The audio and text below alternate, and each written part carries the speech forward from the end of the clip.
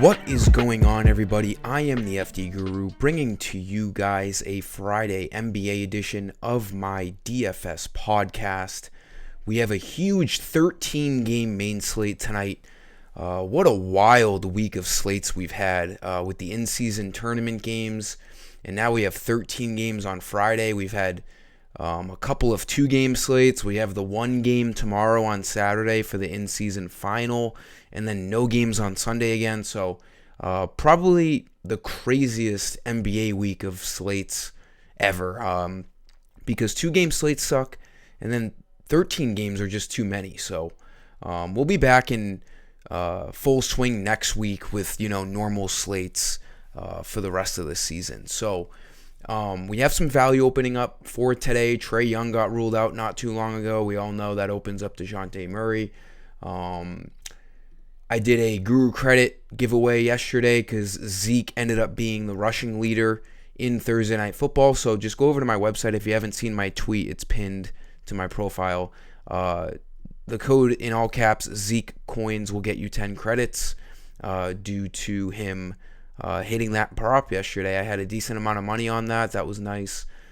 Made up for some other things. The hybrid did well again. We're going for 6 straight tonight for the FanDuel hybrid. The cash and GBPs missed. 2-game slate. It's weird. Halliburton and Lillard, that spend-up duo, ended up working out yesterday.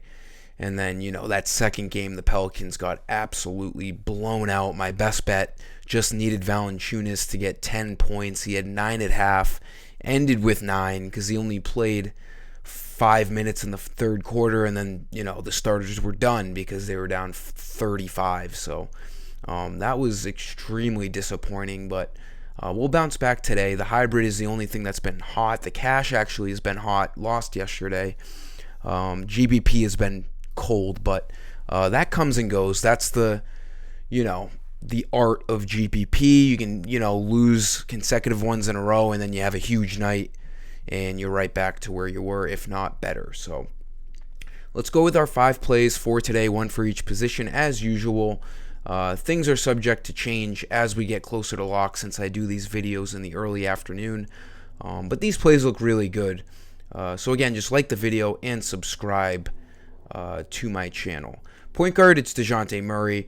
We really just have to worry about a blowout in this game. It's in Philly now that the Hawks don't have Trae Young. The line has gone from 7.5, I think it was, to 9.5 now. So, it's still going to take a 20-point lead, for these guys to get affected by a blowout. So, 9.5 isn't, the riskiest game, but it's definitely at risk. Dejounte Murray, though, looks great at 7,900. Last time Trae Young was out, the only time this year Trae Young has been out, was against the Pistons on November 14th.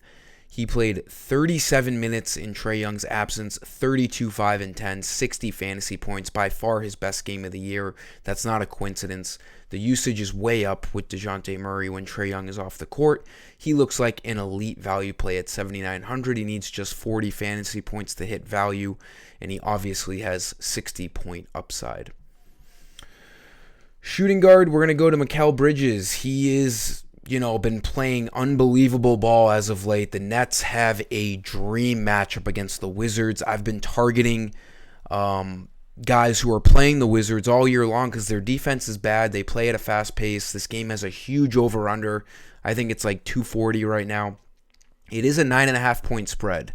So like the Hawks and 76ers, we got to worry a little bit about a blowout. But if there isn't a blowout, I fully expect Mel Bridges to get 41, 42 fantasy points to hit his value at 8,500. His price has gone up a little bit, but that's for good reason. He's been playing really well as of late. 43, 61.5, and 49 fantasy points in his last 3 games. He's averaging 39 on the year, and this matchup is just fantastic. Last time he played the Wizards on November 12th, 27 and 13 for 44.5 fantasy points. So this is looking like a great spend up on tonight's slate.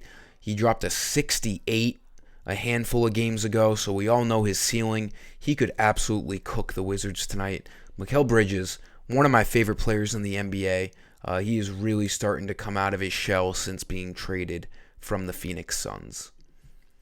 Small forward, I'm going to go back to Jabari Walker on the Blazers. They're still without Jeremy Grant tonight. DeAndre Ayton is doubtful once again. They're at home, so that helps blowout chances. If they were in Dallas, it would be way higher of a risk, but Dallas on the road, they could still end up blowing them out, but Jabari Walker is going to get run no matter what. The thing is here, I had him in every lineup against Golden State. He was cooking in the first half. He ran into quick foul trouble in the third quarter. He picked up 3 quick fouls, ended up with 5 fouls, got taken out. The Blazers were doing everything they could to keep him in the game because he was one of the better players coming off of that bench. I do expect him to come off the bench once again tonight, but he still played 21 minutes in foul trouble. If he doesn't get into foul trouble tonight, which he shouldn't, you can never project a guy to get into foul trouble. He's going to see over 25 minutes tonight. He has a decent usage when he's on the court. His price did go up a little bit, but $4,800, still not high enough in my opinion. He's going to have a lot more usage. We do have Anthony Simons back too, who you're probably going to want to look at because he has no minutes limit, and he played like 37 minutes last game. And then, with no Jeremy Grant, there's just a lot of extra usage. I like Jabari Walker as the first guy off of this Blazers bench tonight. He should be a good play. He needs 23 fantasy points to hit value. He did that last game, even in foul trouble. For power forward, we're going to go over to another value play. Kadeem BatesDeop should be starting on the Suns. The Suns are a big value team tonight. They're without Bradley Beal as they have been. The new thing here is Kevin Durant is out tonight with an ankle injury. That's going to open up a ton of stuff. And then not only is KD out, but also we have another starter out. Grayson Allen is also out. So we're going to want to look at guys like Eric Gordon and Josh Okogie. And like in this video, Kadeem BatesDeop, he should be starting at power forward tonight. He's going to see a lot of extra usage. Obviously, Devin Booker is the number one guy here tonight. But at 4K, BatesDeop, he gets the run when they're shorthanded. He can play anywhere over 25 minutes when they need him. They're going to need him tonight.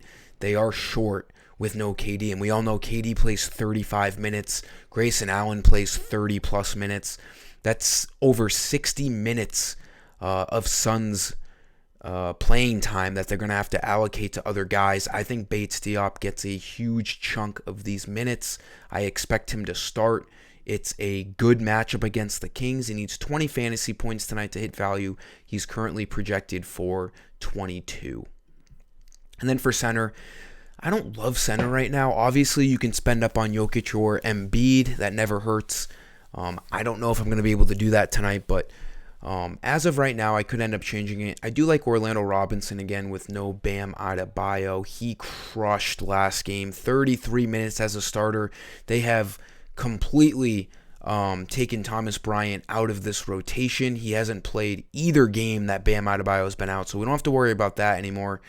We do have Kevin Love who comes off the bench, but he's, very old and cannot play more than 22, 23 minutes. I don't even know how many minutes he played last game, but it wasn't a lot.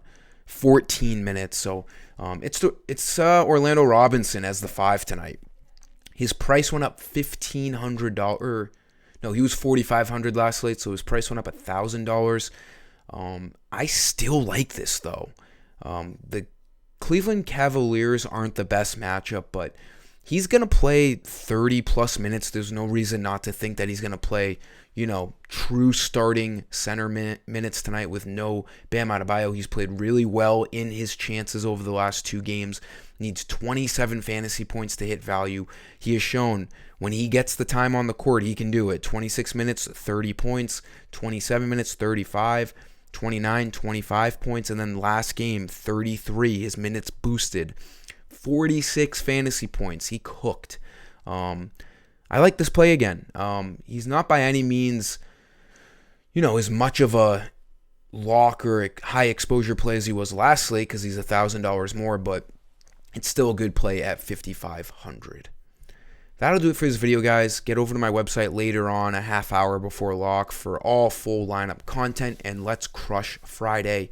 Also have a 4-game after-hours slate tonight to play. And go into our NBA list weekend. So Let's get after it. Until next time, I am the FD Guru. Peace.